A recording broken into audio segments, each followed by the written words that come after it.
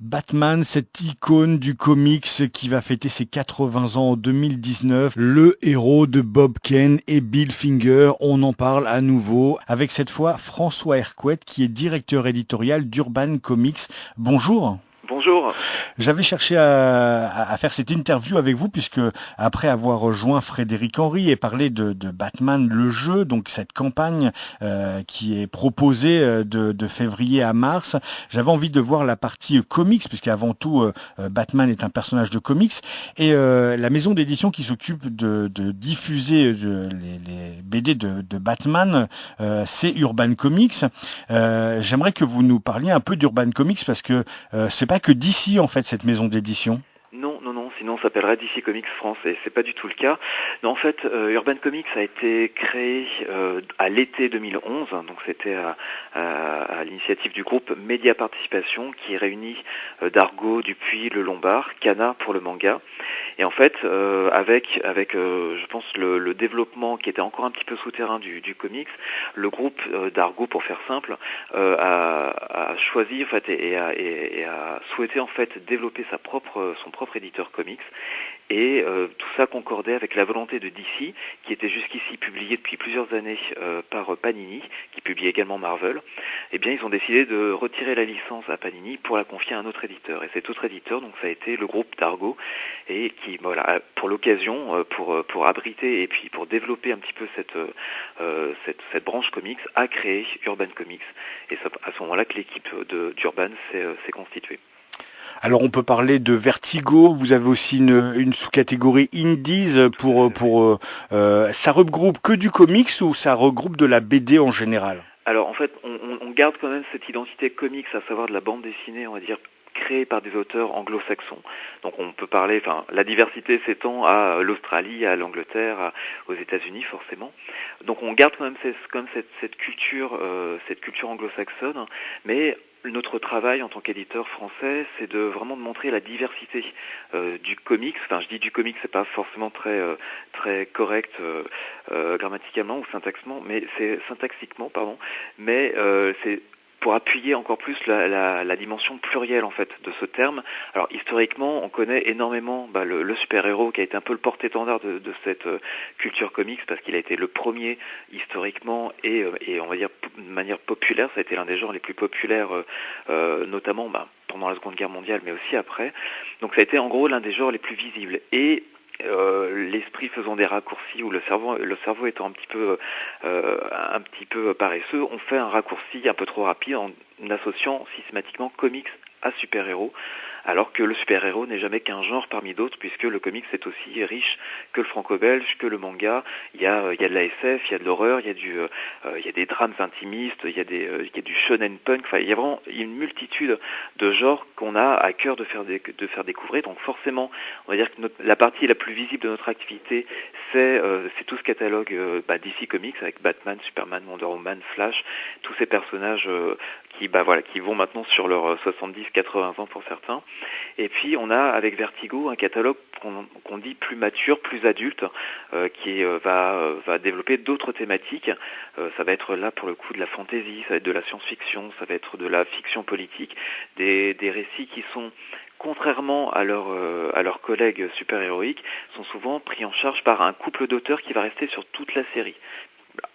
Alors que le super-héros, on voit souvent des équipes artistiques qui tournent, où on peut avoir plusieurs dessinateurs, plusieurs scénaristes sur une période donnée. Et bien pour ces titres Vertigo, on est beaucoup plus proche en fait de la donne, on va dire européenne, où on a un scénariste et un dessinateur qui vont rester jusqu'à la fin de la série. Donc on arrive vraiment avec ce catalogue Vertigo avec plus qu'un pont tendu en fait vers la culture européenne. On est vraiment très très proche des thématiques, avec cette différence on va dire qu'à l'industrie américaine du comics, c'est un rythme de publication et de production bien supérieur aux voisins européens, puisque voilà, on arrive avec des des albums de minimum 128 pages, on peut monter jusqu'à 500 pages le volume, un rythme de publication qui est également beaucoup plus soutenu.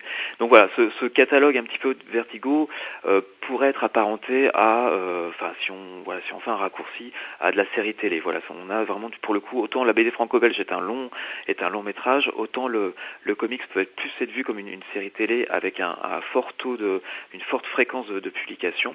Et puis Vertigo en fait a jeté les bases de ce qui va devenir plus tard notre logo, enfin notre label Urban Indies, ce qu'on appelle une scène indé. En fait, on dit indépendant puisque les séries publiées par des éditeurs indépendants, que sont notamment Image Comics ou Dark Horse, ces éditeurs n'appartiennent pas à DC ou n'appartiennent pas à Marvel, et surtout n'appartiennent pas à des plus gros groupes que DC et Marvel, c'est Disney ou Warner Bros. Donc on a vraiment ici une production où en plus les droits, parce qu'il y a aussi cette histoire de droits, les droits des séries appartiennent à leurs auteurs, ce qui n'était pas le cas. Si vous créez un méchant dans la série Batman, tous les droits dérivés ou les droits de ce méchant-là appartiennent à DC Comics.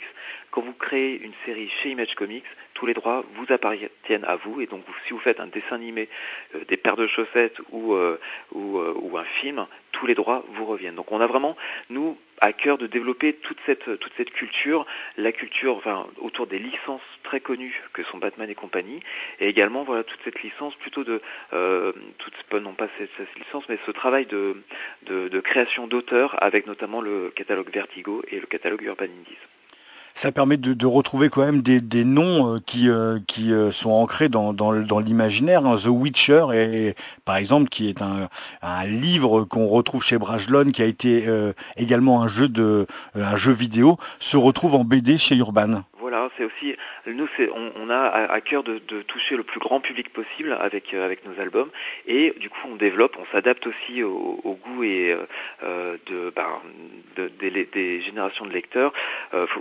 À titre personnel, moi j'ai une passion dévorante au moins égale à celle du comics, c'est le jeu vidéo. Donc on a créé ce label qui s'appelle Urban Games, qui a connu, donc dans lequel s'inscrit la série The Witcher, et on a connu en fait un énorme succès avec moi j'ai appelé ça un produit parce que c'est plus rapide, mais vous connaissez peut-être la licence de jeux vidéo développée par Rocksteady qui s'appelle Arkham Asylum, Arkham City, Arkham Origins, qui a été en gros une quadrilogie de jeux vidéo à succès. Et nous, on devait être en 2013, on a fait une expérience qui n'avait jamais été faite avant, c'est qu'on a fait l'adaptation de ce jeu vidéo en comics qui existait, qui était publié par DC, et en partenariat avec Warner, on a inclus le jeu, la version PC en fait avec l'album comics, le tout pour 20 €, et ça a été un énorme succès. C'est quelque chose qu'on a renouvelé ensuite avec un autre jeu vidéo, toujours développé sous la bannière Warner, qui s'appelle Injustice, qui est en fait développé par les créateurs de Mortal Kombat, qui vont adapter le système de combat à tout l'univers d'ici. Donc on a un jeu de baston avec Batman et compagnie.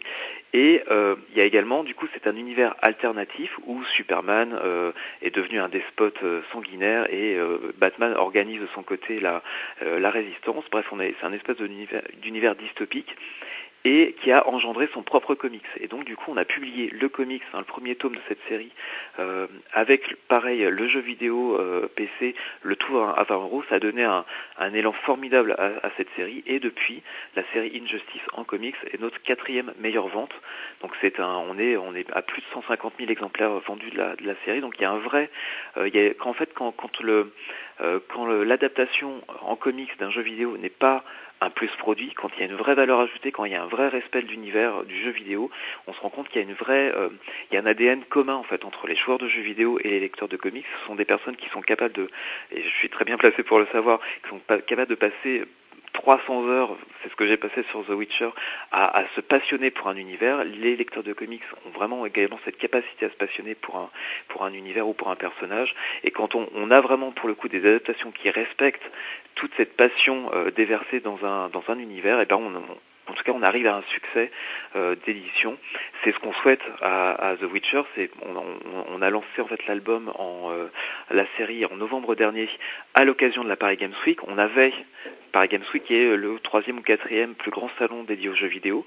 C'est la première fois qu'un éditeur de bande dessinée avait un stand sur place. On a fait l'expérience, c'était super de se retrouver plongé dans un autre univers. On fait des salons comme Angoulême, comme le salon du livre, ce type de manifestation, mais là se retrouver dans un endroit où personne nous attend, mais on arrive avec des ambassadeurs comme Gérald de Rive, comme Batman, comme Harley Quinn, mais également comme Street Fighter, ce qu'on a sous ce même label Urban Games. On développe également la licence Street Fighter, qui est un comics qui existe depuis une dizaine voire une quinzaine d'années, mais qui a été très peu ou moyennement exploité en France, et on reprend toute cette série-là par le début avec, on va dire, notre savoir-faire, et là, ne serait-ce que ce soir, en tout cas voilà, ce sera plus d'actualité, mais bon, je me rends en fait, on collabore avec Capcom, et on est invité du coup à faire la promotion de nos albums auprès de la communauté.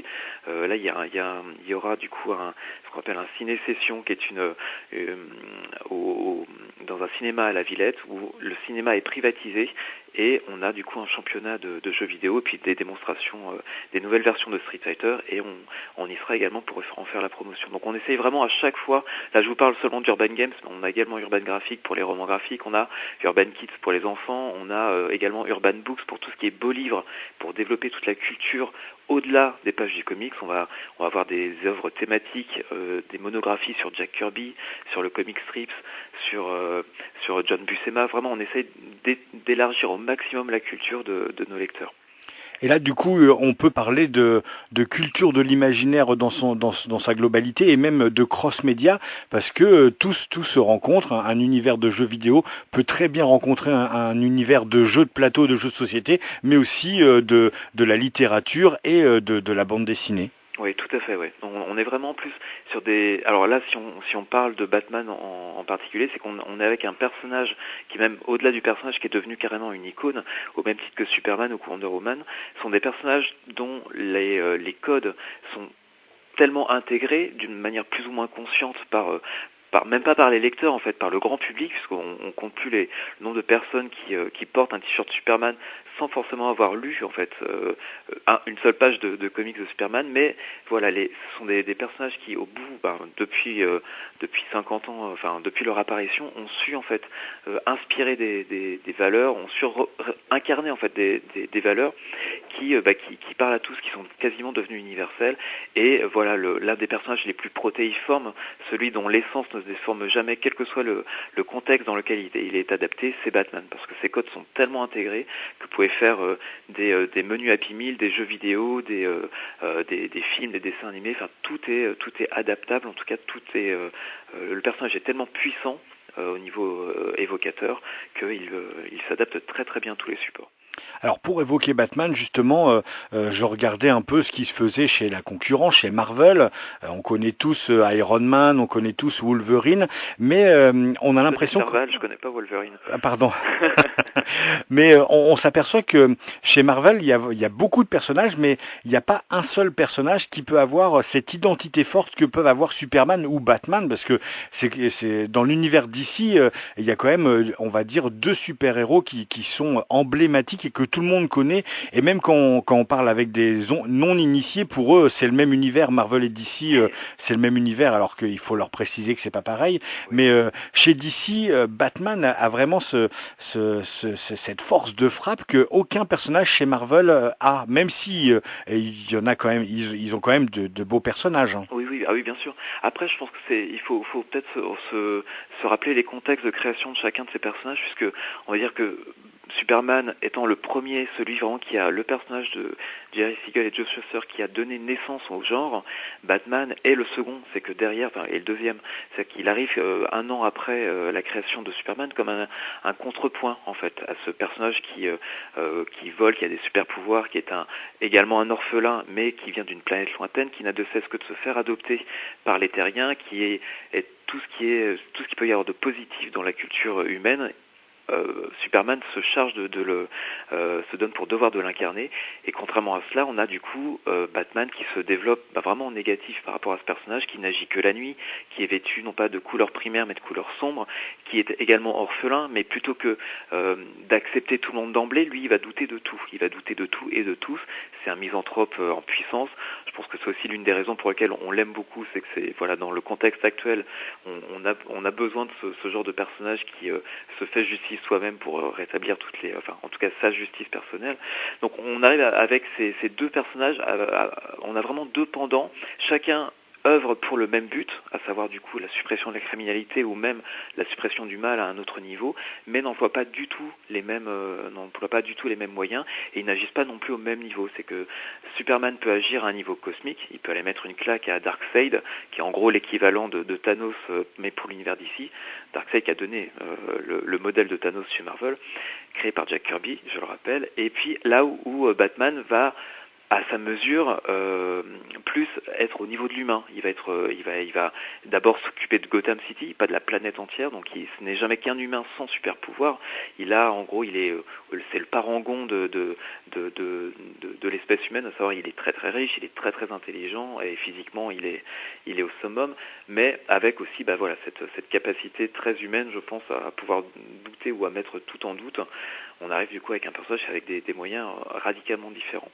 Mais voilà, on a du coup cette attirance pour le personnage.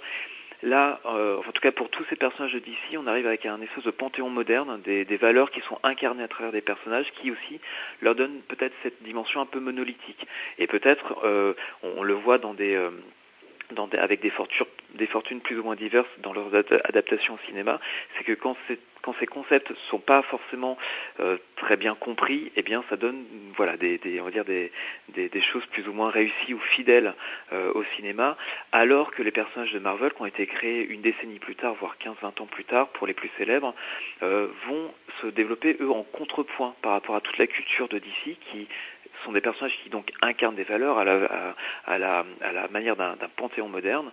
Les personnages de Marvel sont plus des outsiders, des gens qui sont un peu plus à la marge. Ce sont les X-Men, c'est notamment le souffre-douleur qu'est Peter Parker, parce qu'avant d'être un super-héros, c'est un adolescent mal dans sa peau. C'est Hulk qui est le monstre incontrôlable, et c'est même la nature monstrueuse de l'homme que du coup Banner essaye de maîtriser. Donc on arrive à chaque fois avec des personnages qui sont très bien, qui sont parfaitement inscrits dans leur époque, et qui ont parlé, je vais dire adressé, mais ce n'est pas un mot français, qui ont concerné un public plus jeune à l'époque. Donc on avait du coup cette différence un petit peu de lectorat, et entre guillemets, les personnages Marvel aujourd'hui nous paraissent plus cool, mais les personnages de DC sont plus intemporels et et ont une essence qui est beaucoup pure entre guillemets. Alors je le disais, 80 ans pour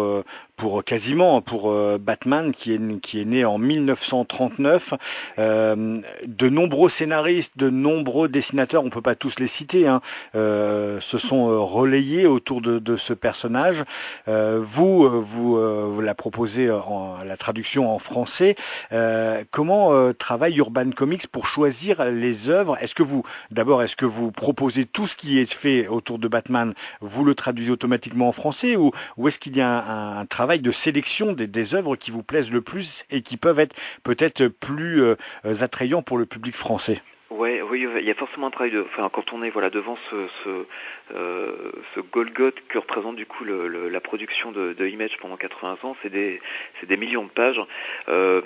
On se doit en fait de sélectionner, et en fait on est arrivé avec cette problématique en récupérant le catalogue d'ici en France, d'un catalogue qui n'avait pas été exploité ou qui n'avait été que partiellement exploité, en tout cas adapté en français, contrairement au catalogue Marvel qui était présent depuis la fin des années 50, début 60, qui a été, on a quasi intégralement tout publié Marvel en français. C'est du coup une culture qui est très bien intégrée chez les lecteurs de comics, et puis même chez le lecteur français en particulier, alors que d'ici il y avait tout un travail d'apprentissage, de découverte, en gros de pédagogie à faire auprès de notre public, et c'est la raison pour laquelle au tout début même on a posé en gros notre manifeste voilà un peu notre comics idéal et la manière idéale dont on voudrait publier du comics, ça a été Watchmen. Watchmen qu'on a publié du coup dans la traduction qui nous a paru la plus légitime, à savoir celle de Jean-Patrick Manchette, qui était la première traduction en fait de Watchmen, qui n'avait pas été réutilisée par le précédent éditeur, par Panini. Donc nous on est venu avec cette volonté de réinscrire cette traduction comme la seule et unique de Watchmen en France, de venir également avec un niveau de lettrage, un niveau de maquette, un niveau de bonus, et également donc une pagination élevée, un format cartonné, puisque c'est vraiment ce qui nous a distingués, puisque maintenant depuis la concurrence s'est mise aussi au cartonné. Mais voilà, on voulait vraiment donner aux super-héros ces lettres de noblesse à travers du coup un traitement, alors certains diront haut de gamme, mais nous on l'envisage pas autrement, donc pour nous c'est juste un traitement normal, de respect par rapport aux œuvres, vraiment arriver à ce niveau de détail, de culture aussi, puisqu'on est vraiment des fans de comics, et effectivement on travaille sous la bannière d'Argo, et d'Argo jusqu'ici n'avait fait que très peu de comics, donc associer Batman à Dargo, ça pouvait sembler incongru au début.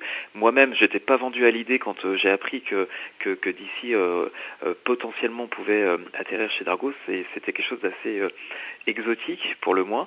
Mais l'équipe, en tout cas qu'on a réunie, on est vraiment, on sait en gros de quoi on parle, on maîtrise notre sujet, et on a en plus les moyens commerciaux, les moyens promotionnels et marketing de bien faire notre travail. Donc c'est vraiment, on travaille vraiment dans des conditions assez optimum.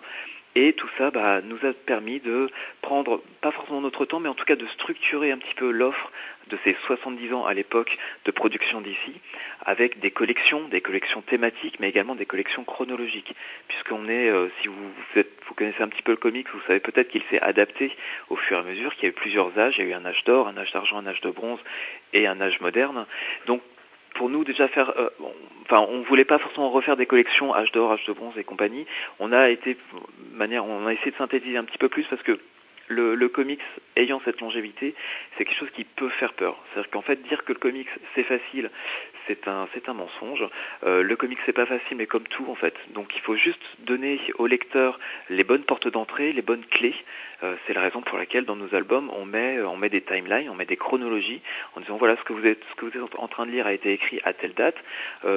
Il s'est passé ça avant, il se passera ça après, et en fait, on fait également des résumés, on fait des présentations de personnages, on fait en sorte en fait que le lecteur puisse prendre n'importe quel album et ne jamais être perdu. C'est qu'en fait, il fasse des références que l'on va développer dans tout l'appareil éditorial, qu'il fasse de ces références les siennes, et qui puisse du coup évoluer de manière totalement autonome dans notre catalogue, qu'on espère être le plus clair possible, ce qui ne nous empêche pas quand même de publier à côté des guides, des dépliants qui permettent de résumer un petit peu l'ensemble de l'offre, que ce soit au niveau de Batman, de la Justice League, de Vertigo, enfin bref, on essaye vraiment de faire apparaître encore plus visible cette structure. Mais voilà, ça a été vraiment le maître mot, structurer un petit peu cette offre et y aller de manière chronologique, et toute cette volonté de structurer l'univers d'ici s'incarne dans notamment notre deuxième livre. Autant le premier, le manifeste, c'était Watchmen d'Alan Moore et de Dave Gibbons, et notre deuxième, ça a été en fait une création. C'est la DC Comics Anthology, qui c'était un album dont les histoires existaient déjà aux États-Unis, mais qui pour la plupart n'avaient jamais été traduites en France et surtout n'avaient jamais été regroupées. Et notre plus-value, ça a été donc en gros de résumer l'histoire de DC dans un album de 250-300 pages, de le mettre à un prix accessible, parce qu'aucun de nos albums, ou à de rares exceptions, ne dépasse les 35 euros. C'est déjà une somme, mais on est plus avec un prix moyen de entre 15 et 17,50. Mais avec cette DC Comics Anthology, on avait du coup la somme de ces 70-75 ans d'histoire de DC, résumée à travers différentes époques, avec l'évolution au niveau de la narration, au niveau des thématiques. On brosse vraiment l'intégralité de l'héritage de DC, avec justement aussi beaucoup de textes d'introduction. On explique le contexte éditorial, voire même socio-économique et politique de chaque histoire. Donc on remet en contexte l'apparition de Superman, l'apparition de Wonder Woman, l'apparition de Flash, la création des univers parallèles de DC. Bref, vous avez en gros le guide de survie en milieu DC, c'est la DC Comics Anthology, et c'est un concept qu'on a du coup élargi à Batman, à Superman, à Wonder Woman, à Flash. On a d'autres anthologies de prévues, mais voilà, en tout cas c'est quelque chose qu'on voulait un peu apporter pour vraiment faciliter cette transmission de culture, parce que on arrive avec des publics de lecteurs de bande dessinée qui sont souvent très, qui sont des chapelles en fait, qui sont dans leurs habitudes, et le lecteur de manga lit du manga, enfin en tout cas jusqu'à un certain âge, et le lecteur franco-belge, lui, il reste campé sur ses positions. Tout ce qui n'est pas franco-belge, notamment le comics, c'est un peu le parent pauvre un petit peu de la BD. Et ça a été vrai en fait à un moment, c'est que c'était quelque chose qui n'était pas forcément traduit ou lettré ou édité dans les meilleures conditions. Et donc on essaye nous de rattraper un petit peu tout ce déficit un petit peu d'image. Voilà, donc c'est un petit peu notre travail depuis 2012, date de notre premier album publié. Et puis je tiens à signaler que la petite plaquette que vous avez faite de 8 pages qui permet de suivre l'univers de Batman pour pas être perdu, elle est entièrement gratuite. Hein. Tout à fait. Voilà, en plus c'est quelque chose qui est toujours disponible. Si vous entrez dans une librairie et que le libraire vous dit je n'en ai plus, alors dites-lui que il peut toujours se réapprovisionner. C'est quelque chose que l'on réimprime, qui est donc gratuit, que l'on réimprime et à chaque impression nous mettons à jour. Donc c'est vraiment quelque chose, c'est un matériau qui est vivant et qu'on décline sur Batman, puisque en gros c'est le personnage qui a forcément le plus, vu que c'est le plus attrayant et le plus populaire en tout cas de nos personnages, on avait d'abord fait ce travail-là sur son catalogue, mais on l'a également fait sur la Justice League à l'occasion du film. On le fera également sur Superman. Donc voilà, c'est quelque chose qui va être amené du coup à être diffusé à grande échelle.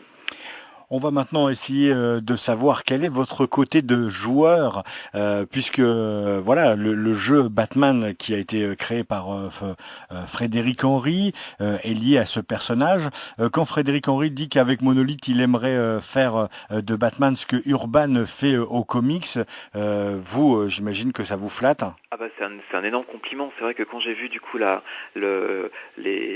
j'ai entendu du coup Frédéric en parler dans cette vidéo de Trick Track, j'ai rougi derrière mon écran. Enfin, je trouve qu'on arrive en fait de ce que je sais en fait du travail qu'ils ont fait sur leur précédent jeu sur Conan. Ce niveau en fait et de ce qu'ils nous ont aussi exposé quand on s'est rencontrés, je pense que le niveau de détail et de passion qu'ils amènent eux dans leur spécialité, savoir le jeu de plateau, est égal à ce que nous on fait en fait au niveau du comics. Donc on a une espèce de en fait je pense qu'on est à l'unisson tout simplement. On a ce degré d'exigence, parce qu'on parle aussi d'exigence nous en tant que lecteurs de comics, mais on peut pas se permettre de faire les choses à moitié. Ce sont vraiment les bouquins que l'on souhaite avoir chez nous, et je pense que c'est la même chose pour Frédéric et l'ensemble de son équipe. Donc là, pour le coup on est vraiment en harmonie totale sur le sujet.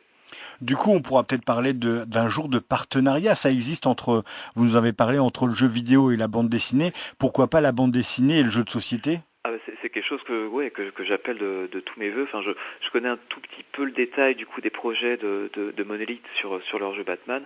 Effectivement, c'est quelque chose qu'on va être amené à discuter dans un très très proche avenir. Merci beaucoup François Hercouet. Je rappelle que vous êtes le directeur éditorial d'Urban Comics, que c'est vous qui êtes en charge de toute la branche DC et la traduction en français, que on invite grandement les gens à aller sur urban-comics.com. Vous allez trouver tout ce qui se fait autour de Batman, Superman, la Justice League, mais des personnages qu'on devrait suivre un peu plus. Hein. Wonder Woman aussi, qui est quand même le super-héros féminin par excellence, le premier super-héros. On pourrait en parler aussi des heures de Wonder Woman. Et puis vous mettez aussi plein de choses à disposition des gens. Il y a des petits quiz. Régulièrement, il y a des choses à gagner sur votre site en participant à des concours. Il y a des fonds d'écran à télécharger. Donc urban-comics.com. Il y a une page Facebook, bien sûr, d'Urban Comics à suivre. Merci beaucoup et à très bientôt. Merci à vous.